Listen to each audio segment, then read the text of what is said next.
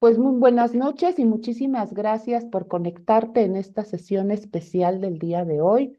Hoy lunes 3 de febrero, comenzando el mes, y tenemos muchas personas nuevas en nuestro grupo.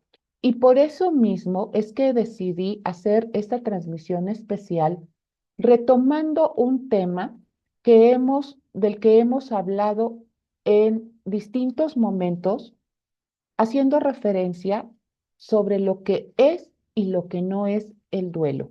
Alrededor del duelo existen muchas creencias que hemos aprendido, una, porque la familia nos lo ha compartido de esa manera, de alguna otra forma porque la sociedad así también nos lo ha enseñado.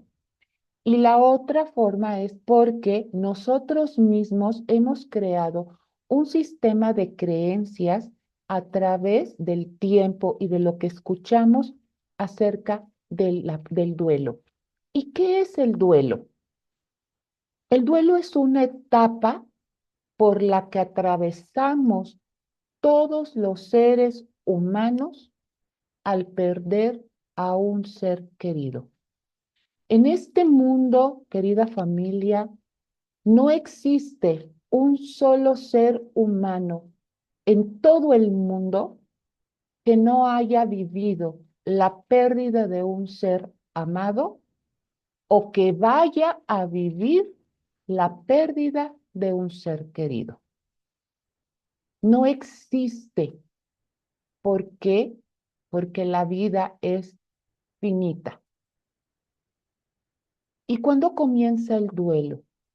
No, el duelo no comienza cuando estamos en el servicio funerario, ha muerto un ser querido, estamos en la velación y que llegan las personas, nos abrazan, nos dan sus mejores intenciones, sus mejores palabras, que a veces algunas son reconfortantes, a veces otras son chocantes. Ya hablaremos de eso en otro momento. El duelo realmente comienza cuando llegamos a casa, cuando llegamos y nos damos cuenta que el espacio que ocupaba nuestro ser querido está vacío.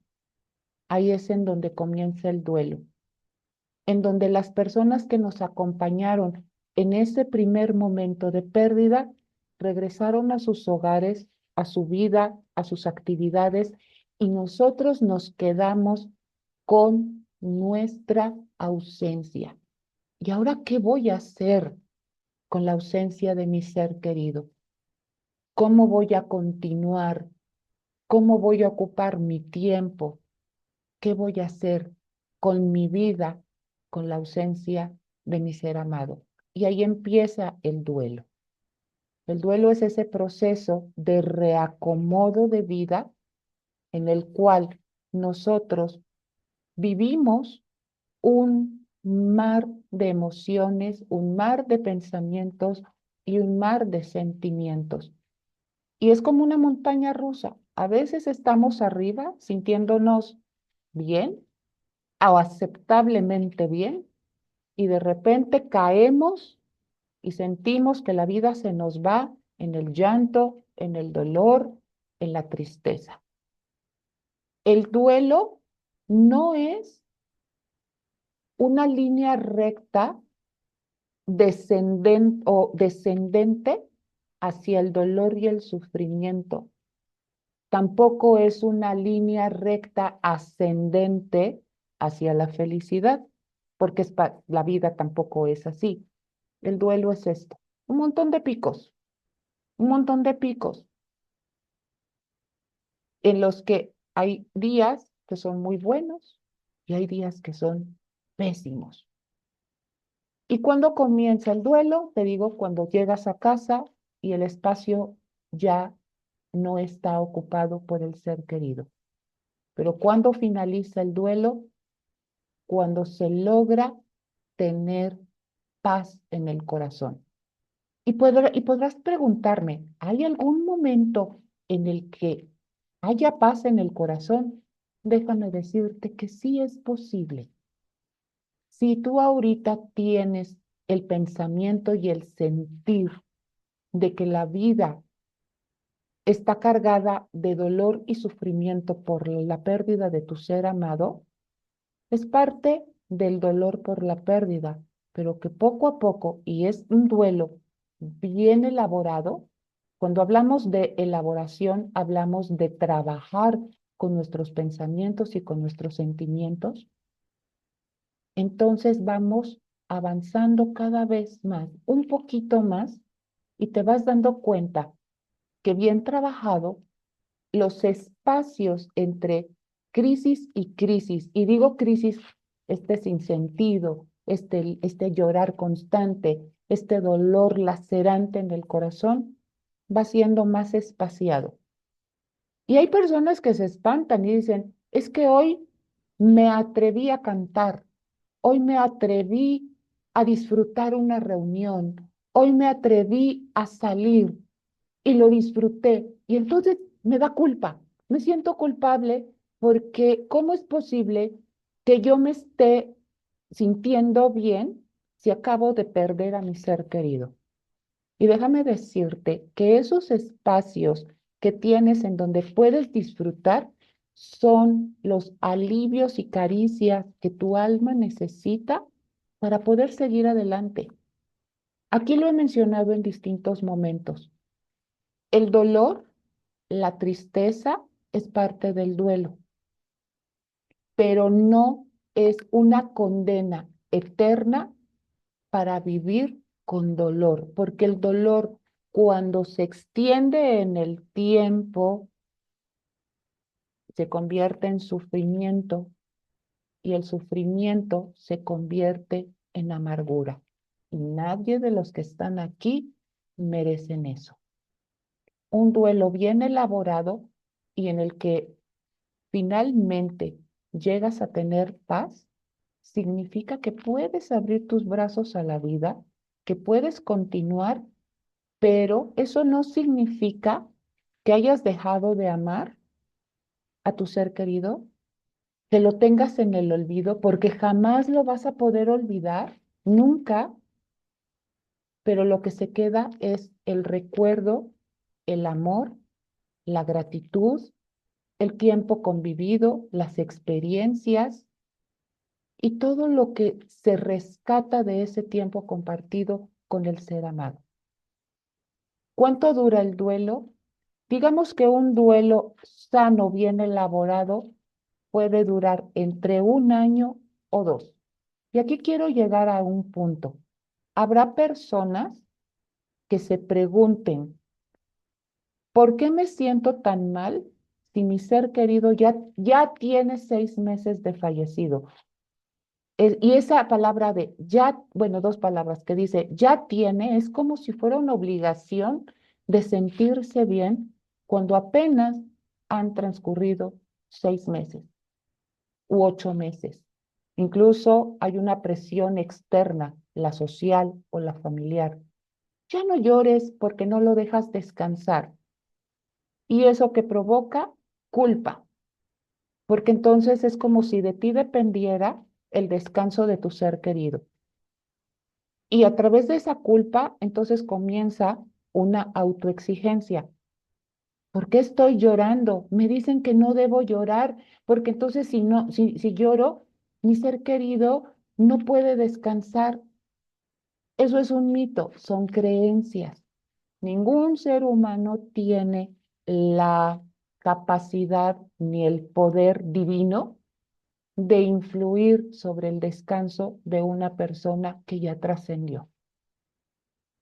Si fuera así, simplemente nosotros no hubiéramos sido creados con la posibilidad de expresar nuestra tristeza y nuestro dolor a través del llanto. Así como no nacimos con alas, Dios no nos dio alas para volar, así de igual forma nos dio las lágrimas para poder llorar. Échale ganas. Esa frasecita que nos dice aquí una compañera, échale ganas, O sea, échale ganas, pues ¿dónde voy? Voy a la farmacia y lo compro en bolsita de 3 pesos o cómo se hace. No se puede echarle ganas si no sé qué es, cuáles son los pasos que puedo dar para ir sintiendo alivio. Y entonces causa más culpa, porque luego dicen, es que mi dolor incomoda a las personas que me rodean. Y entonces, ¿qué haces? Reprimes tu sentir. Y estoy enfrente de la familia y estoy enfrente de las personas que me rodean. Y lo que haces es limpiarte las lágrimas, respirar profundo y fingir que todo está bien cuando por dentro te encuentras rota. Y entonces eso se vuelve una carga muy pesada porque estás cargando con la expectativa que tienen las personas sobre tu persona. Y no sobre tu persona, sobre tu dolor, sobre tu sentir. Así es que la primera recomendación que te voy a dar, y que ya lo he dicho muchas veces, lo reitero siempre, dale el lugar y el respeto a tu sentir. Nadie ocupa los zapatitos que tú ocupas. Nadie está viviendo el dolor que tú estás sintiendo. Nadie tiene el derecho ni la autoridad moral para decirte cómo es que tienes que sentirte.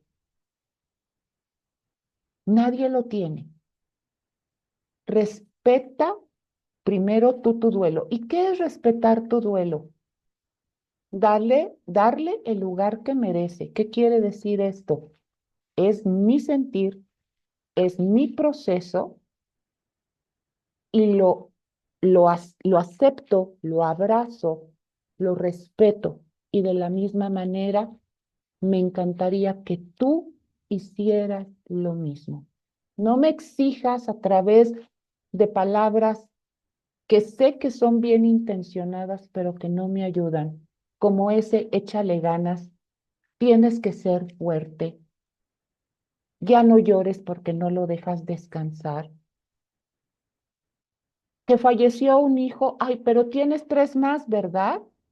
Y si falleció tu hijo joven, ay, pero estás joven, vas a poder tener más. Ay, y esas palabras, ¿cómo son ofensivas para una mujer que perdió a un hijo, a un bebé? Eso no ayuda. Por eso digo que la primera persona que respeta su proceso eres tú. Esto no significa que andes por el mundo peleándote con toda la gente para decirle, oye, espérate, no me digas eso. No, hay formas de pedir ese respeto. Y hoy aprendes la primera. Cuando alguien te diga ese famoso échale ganas y tienes que ser fuerte, es dame tiempo. Estoy en un proceso que sé que tomará el tiempo que tenga que tomar, pero no me digas que le eche ganas. Mejor dime, estoy aquí contigo. Mejor dime, puedes llorar conmigo y yo te abrazo. Mejor préstame tu hombro o tu mano, sostén la mía para poder desahogarme. Mejor invítame a tomar un café y a caminar o a caminar. Pero no me digas eso, porque eso, en lugar de ayudarme, me lastima y me siento anulada y descalificada. Hay que aprender a pedir, familia, lo que tú estés necesitando. ¿Cuánto dura el duelo? Depende de cada persona, pero un duelo sano entre 1 año a 2. ¿Y por qué? Y hago también mención del primer año, porque el primer año siempre será el más complicado. ¿Por qué? Porque es el primer año en donde vas a tener tu primer cumpleaños sin tu ser querido. El primer cumpleaños el que sería el primer cumpleaños de tu ser querido, tu primer día de la madre, tu primer día del padre, tu primera Navidad, tu primer Año Nuevo, tu primera festividad, la que ésta sea.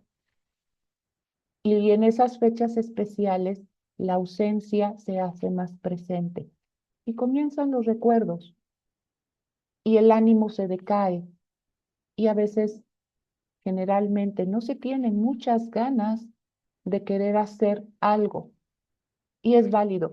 Para eso hay herramientas que se pueden poner en práctica para poder equilibrar un poco ese sentir.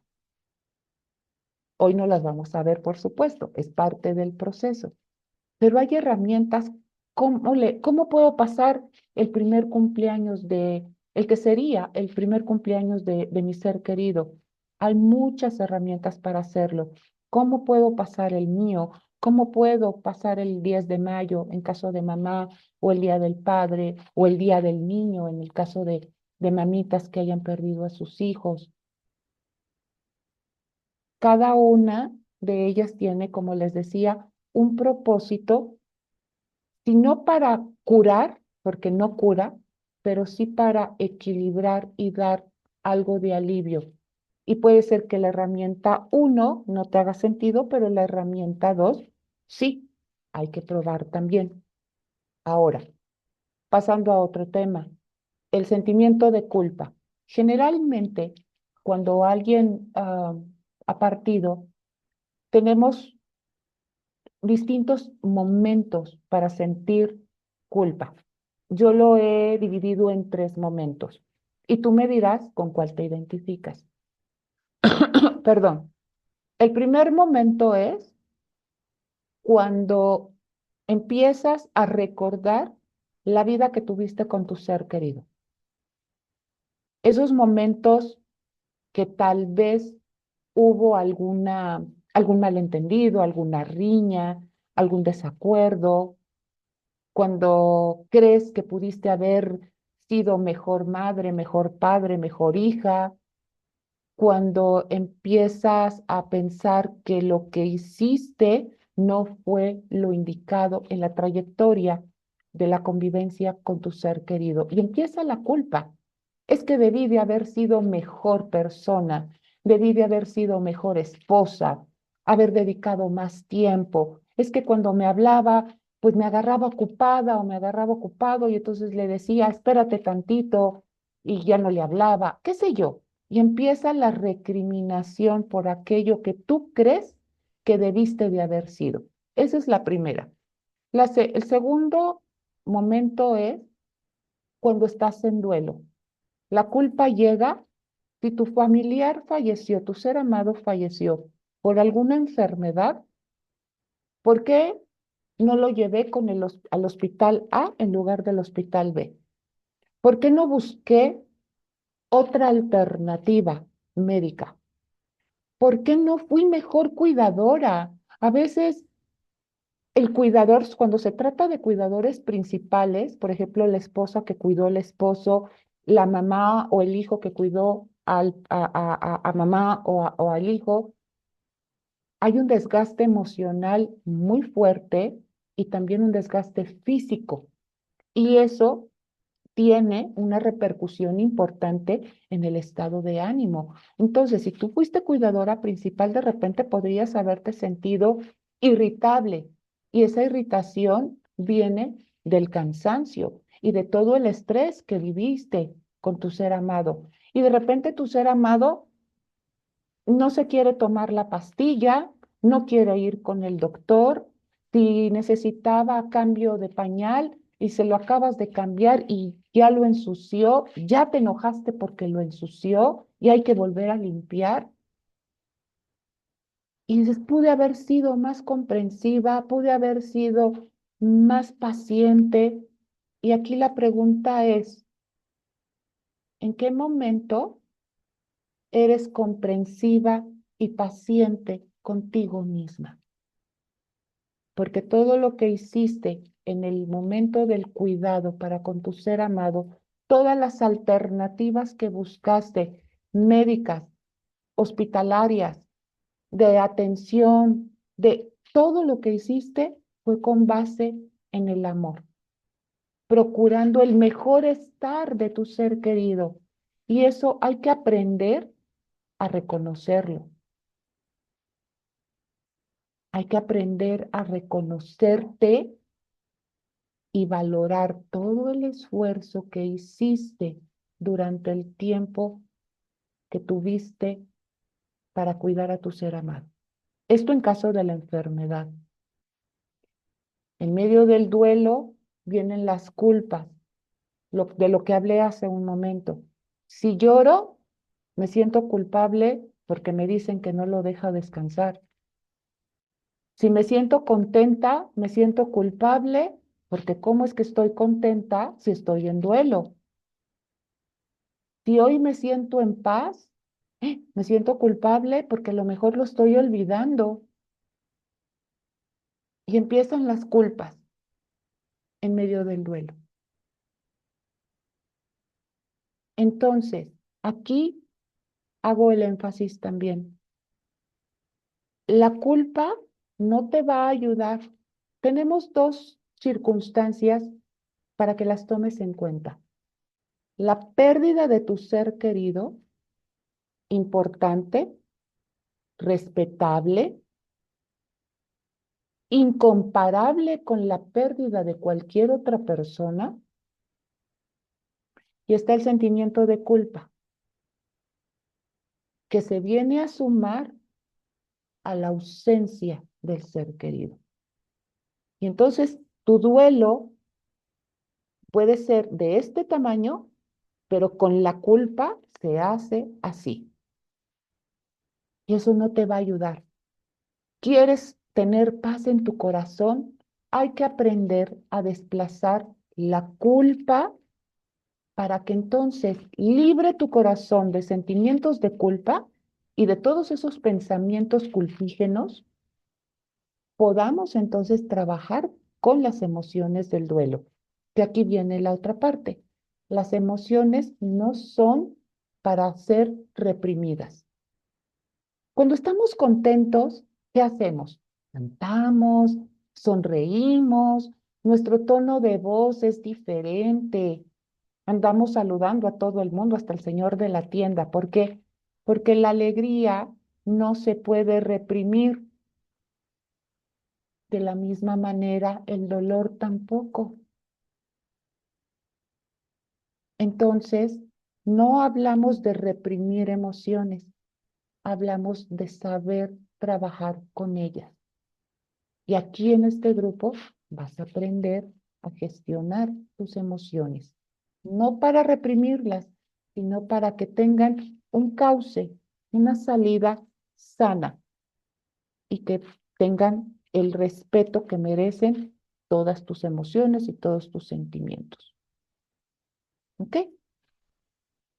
Básicamente el duelo, Kubler-Ross, hay muchos autores, pero Elizabeth Kubler-Ross, considerada la madre de la tanatología, ella nos enseña que tenemos 5 etapas. Ella lo menciona así. Obviamente con el tiempo el tema etapas ha venido a cambiar y cada quien los autores le han puesto otros nombres. Yo le pongo el nombre de momentos. Entonces así lo voy a mencionar respetando la postura de Kubler-Ross. 5 momentos que son importantes y que tú lograrás identificar. El primero, la negación. No puede ser, esto no puede estarme pasando, creo que es una pesadilla, quiero despertar, no es cierto, es negación. Con distintos momentos y con distintas formas de manifestarse. Ya entraremos en detalle. El segundo es el enojo. ¿Me puedo enojar con quién? Con mi ser querido, aunque a veces suena un poco increíble, pero hay personas que se enojan con su ser querido porque se sienten abandonadas. ¿Cómo es posible que te hayas ido y me hayas dejado? Entonces hay enojo. Hay enojo con la vida, con Dios, con los médicos, contigo misma. Ahí entra el tema de la culpa. Con con todo. La irritabilidad es una cosa y el enojo, la ira, son otras cosas. Puede haber irritabilidad, ¿qué quiere decir esto? Que en algún momento te sientas incómoda, irritada por algo que antes no te importaba y dices, es que amanecí de mal humor y no sé por qué. Es parte del duelo, pero que la irritabilidad no llegue al punto del enojo o de la ira, porque eso es lo que te daña a ti y puede dañar a las personas que te rodean. Maneras de gestionar el enojo existen. Aquí lo vamos a trabajar. Lo hemos trabajado por 2 años y lo seguiremos haciendo. El tercer momento, la tristeza. La tristeza, el llanto, el no que el de repente es un llanto espontáneo, a veces es a la mención del ser querido, el no quererse levantar y no tener la misma energía que se tenía anteriormente es parte del duelo. La tristeza es parte del duelo. El otro momento se le llama conciliación. ¿Qué significa esto de conciliación? Es como querer negociar con la vida o negociar con la muerte. Si yo tuviera la oportunidad de decir ese último te quiero, de tener la oportunidad de abrazar una vez más, tener la oportunidad de cambiar algunas cosas, es como si quisiéramos regresar el tiempo en una negociación que de antemano sabemos que es imposible, pero es querer, desear algo en esa negociación, si tuviera la oportunidad de. Y el último momento, o la última etapa, como lo menciona Kubler-Ross, es la aceptación. En lo personal, la palabra aceptación a mí no me agrada mucho porque algunas personas lo interpretan como si fuera rendición. Acepté, me rendí, ya. No, la aceptación no tiene que ver con rendición. A mí me gusta más la palabra paz. Cuando finalmente tengo paz en mi corazón, todo lo demás está bien. No es una rendición, es que finalmente he encontrado mi paz, mi propósito y mi forma de continuar en la vida con ese reacomodo, resignificación de vida para poder continuar. Y aquí sí entra lo que muchas veces habrás escuchado, tomando en cuenta a todos los que están a mi alrededor, para quienes yo soy importante y para quienes son importantes para mí. Pero todo eso es un proceso. No se puede resolver en un mes, ni en 3, ni en 5. Se logra a través de una constancia en el trabajo de tus emociones. Es un proceso. Y aquí damos lugar a otra creencia que la verdad es que en lo personal puedo decirte que me causa un poco de angustia. En redes sociales vemos mucho los poemas. Veo la luna y sé que estás en mi corazón. Ok, qué bueno. Pero por otro lado dices, tengo una estrella en el cielo, pero estoy aprendiendo a vivir con el dolor. Nadie aprende a vivir con dolor. Como dije, el dolor se convierte en sufrimiento y el sufrimiento se convierte en amargura. Nadie estamos condenados a vivir con el dolor, sino que cuando llega la paz, es inevitable en algún momento tener nostalgia. La nostalgia no tiene nada que ver con el dolor.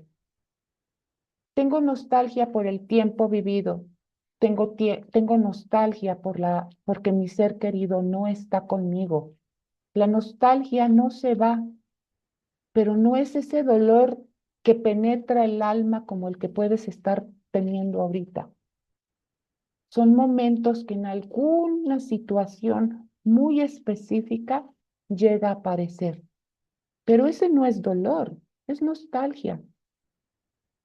A los 30 años de la muerte de mi madre, de repente la nostalgia llega, pero yo te puedo decir que el dolor ya no lo tengo. Imagínense 30 años haber aprendido a vivir con dolor. Yo no podría hacer el trabajo que hago ahora. No podría simplemente. Entonces, esta es la siguiente invitación. Dale lugar y el respeto a tu duelo, pero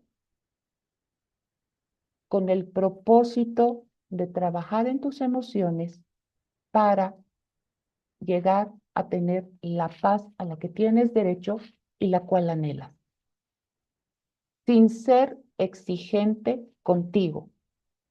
Las respuestas van a ir llegando poco a poco. Vas a ir reacomodando tu pensar y tu sentir, poco a poco. ¿Ok? Bueno, cerrando el tema de qué es y qué no es el duelo, te comenté que iba a darle un brochazo al tema de los distintos duelos que hay. No voy a profundizar mucho en el tema, es un brochazo. ¿Por qué? Porque este tema fue tratado anteriormente. Si quieres reconocerlo en el canal, está cada uno de ellos visto de manera profunda, pero como te dije, esta es la plática de bienvenida para que tú vayas teniendo un panorama un poquito más amplio de qué hacemos, cómo lo hacemos, qué es el duelo y tal vez puedas identificar qué tipo de duelo estás teniendo. Quiero comenzar con el duelo que es más, digamos, alarmante, lo digo entre comillas, que es el duelo patológico. El duelo patológico es aquel duelo que ha llevado al doliente, a la persona, a tener una crisis severa en sus emociones y en su pensar y que lo puede llevar incluso a un estado de depresión. En la depresión tenemos, escuchamos mucho esa palabra y creo que ahora se maneja con un poquito más de fluidez, pero también con un poquito más de irresponsabilidad porque no conocemos realmente qué es la depresión. La depresión sí es una enfermedad que necesita ser tratada médicamente y con terapia. En algunos casos, solo en algunos casos, puede ser trabajada terapéuticamente, pero en algunos otros, cuando la depresión es severa, es importante recibir el apoyo médico, es decir, del especialista con un psiquiatra. No es ir con el doctor de la farmacia de la esquina, cualquiera que éste sea. Es ir con el médico especialista porque es el que tiene el conocimiento y la experiencia para poder diagnosticar y tratar un problema de depresión. Cuando se ha perdido a un ser querido, podemos llegar a confundir la tristeza profunda con un estado depresivo, porque tienen algunos aspectos parecidos. Pero ¿cuáles son las señales de alarma? Cuando la persona pierde sentido de vida, es una señal de alarma importante. Cuando habla acerca de la propia muerte, que incluso pudiera estar pensando en atentar en contra de su propia vida.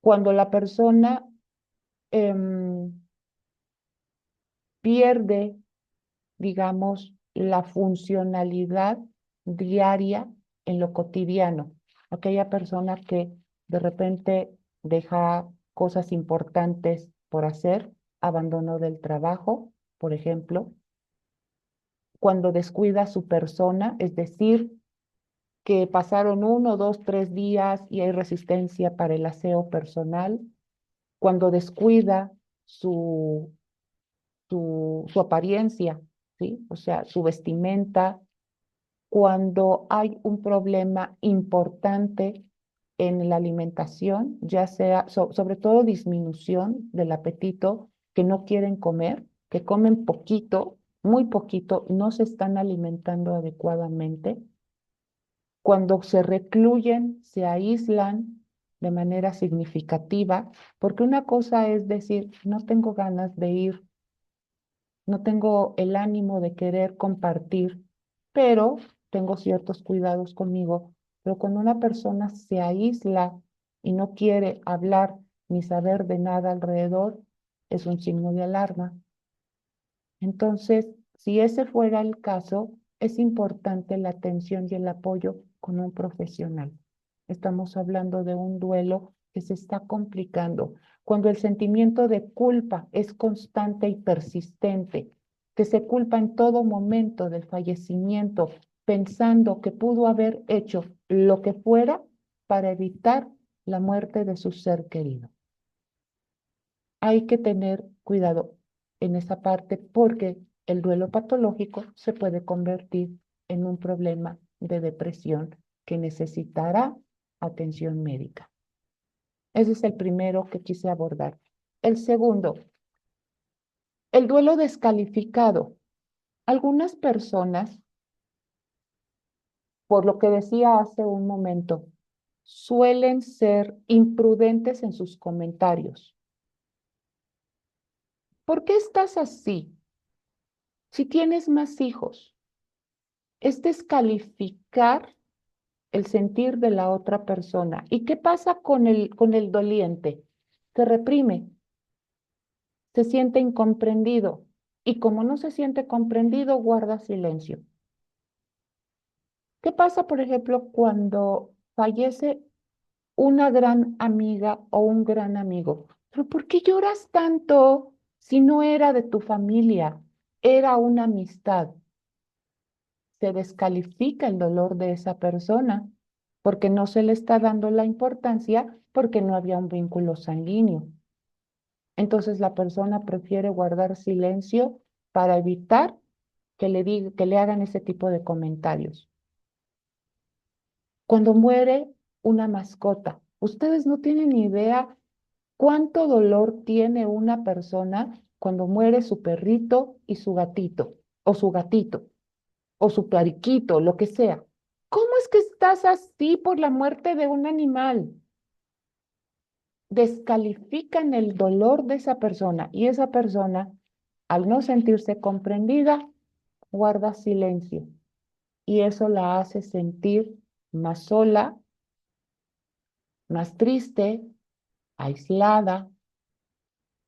Cuando una mamita pierde a un bebé no nacido.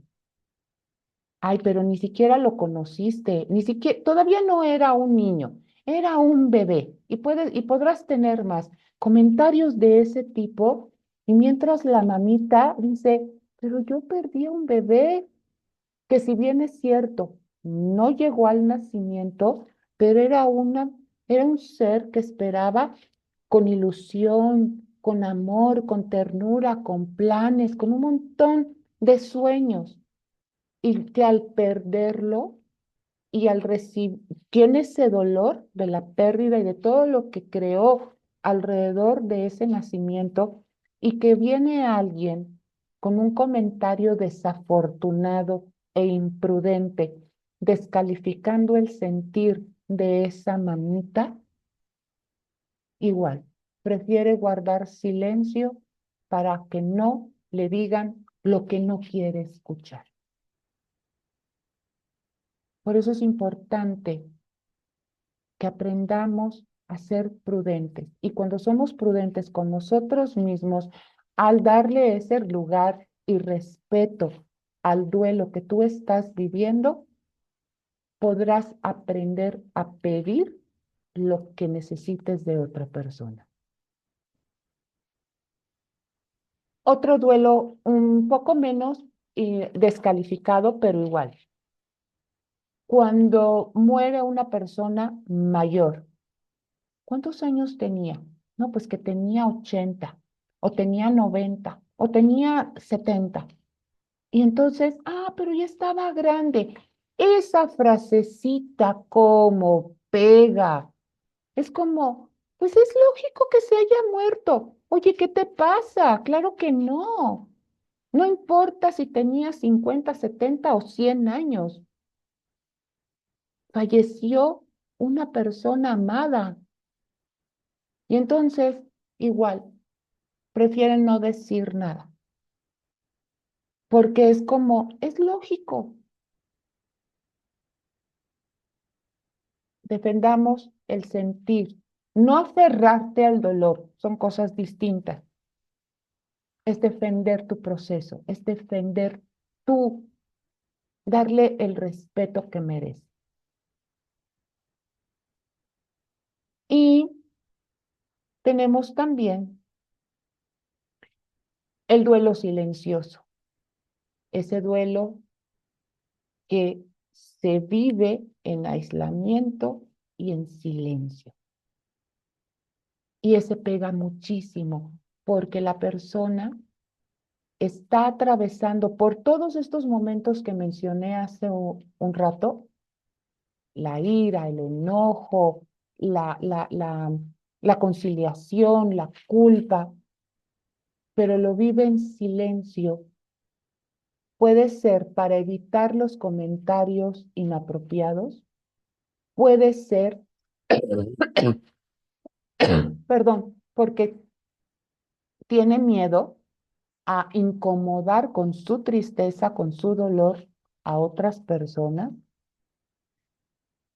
prefiere vivir su duelo en silencio cuando se trata de algo que para ella cree que no tiene la suficiente validez en la sociedad, como lo que decía hace un momento, la muerte de un bebé no nacido, la muerte de una mascota, la muerte de un amigo, que porque no es sanguíneo, cosas que pasan socialmente que no tienen aparentemente mayor relevancia, pero quien lo está viviendo en silencio y y se está doliendo. Y aquí el dolor sí se convierte en sufrimiento, porque no tiene alguien con la confianza de poder expresar sus sentimientos y poder recibir el consuelo que está necesitando. Estos son algunos de los tipos de duelo que hay, existen otros, pero insisto, te digo, puedes revisar en el canal los temas que tocamos con respecto a esto, o sea, los distintos tipos de duelo de manera profunda para que tú puedas identificar también cuál pudiera estar viviendo. Por último, te doy el duelo extendido. Este duelo extendido también es un duelo que tienes una cierta señal de alarma. ¿Qué es esto? Cuando el duelo ha permanecido de manera intensa por un periodo mayor a 2 años. Te lo voy a mandar, Alex. Ahí se los voy a mandar en el grupo. Imagínate, recuerda todo lo que sentías en el primer mes de tu pérdida, con toda la intensidad, tus preguntas, tu dolor, tu tristeza. Y ahora imagínate que ese vacío de vida han pasado 5 años y se sigue sintiendo. Eso es un duelo extendido.